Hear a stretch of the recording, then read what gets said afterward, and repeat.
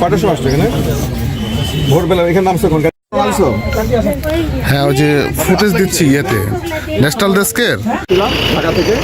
ঢাকাতে তথ্য পাওয়ার পরে আমরা ওখানে ইয়াতে পাঠাই, আমাদের অফিসার পাঠানোর পরে আমরা জানতে পারি তারা আসছে এখানে। তারপরে ওই সময় তারা লুকায় যায় আর কি, পাশের বাড়ি আশেপাশে থেকে। আমরা বাবাকে যে ইয়ে আর কি যখন চলে আসছে মনে হয়, তার বাবাকে আমরা নিয়ে জিজ্ঞাসাবাদ করি। তারপরে একবারে জানতে পারি যে সে এক পাশের বাড়িতে ওখানে যায়। র্যাবের একটা টিমও ছিল ওখানে, তারা আগের থেকে কাজ করছিল ইয়ার জন্য। আমরা যৌথভাবে উদ্ধার করি, তারপরে জিজ্ঞাসাবাদ করি। ওখানে আপনাদের সাংবাদিকরা ছিল, তারা লাইভ প্রোগ্রাম করে। সে বলছে তাদের সাথে বিয়ে সাথে হয় না, তাদের সাথে 2 বছরের শিক্ষকের মাধ্যমে পরিচয়। হচ্ছে যে তারা 2 দিন আগে আসছে আর কি, সামনে বাসে করে নওগাঁয় আসছে।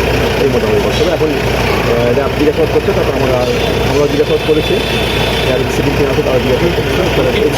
অপহরণের বিষয়ে আমরা এখন পর্যন্ত তথ্য পাইনি। এরা জিজ্ঞাসাবাদ করার পরে তারপর জানাবো। এই যে মুভমেন্ট কি মনে হচ্ছে, এখানে বাড়ি নওগাঁ, আজকে নওগাঁতে বাড়ি। আর হচ্ছে ঢাকাতে হচ্ছে সে গুলিস্তানে একটা কাপড়ের দোকানে কাজ করে, সফলতা বেতন পায়। আমি একটা দোকানে কাপড়ের দোকানে কর্মচারী।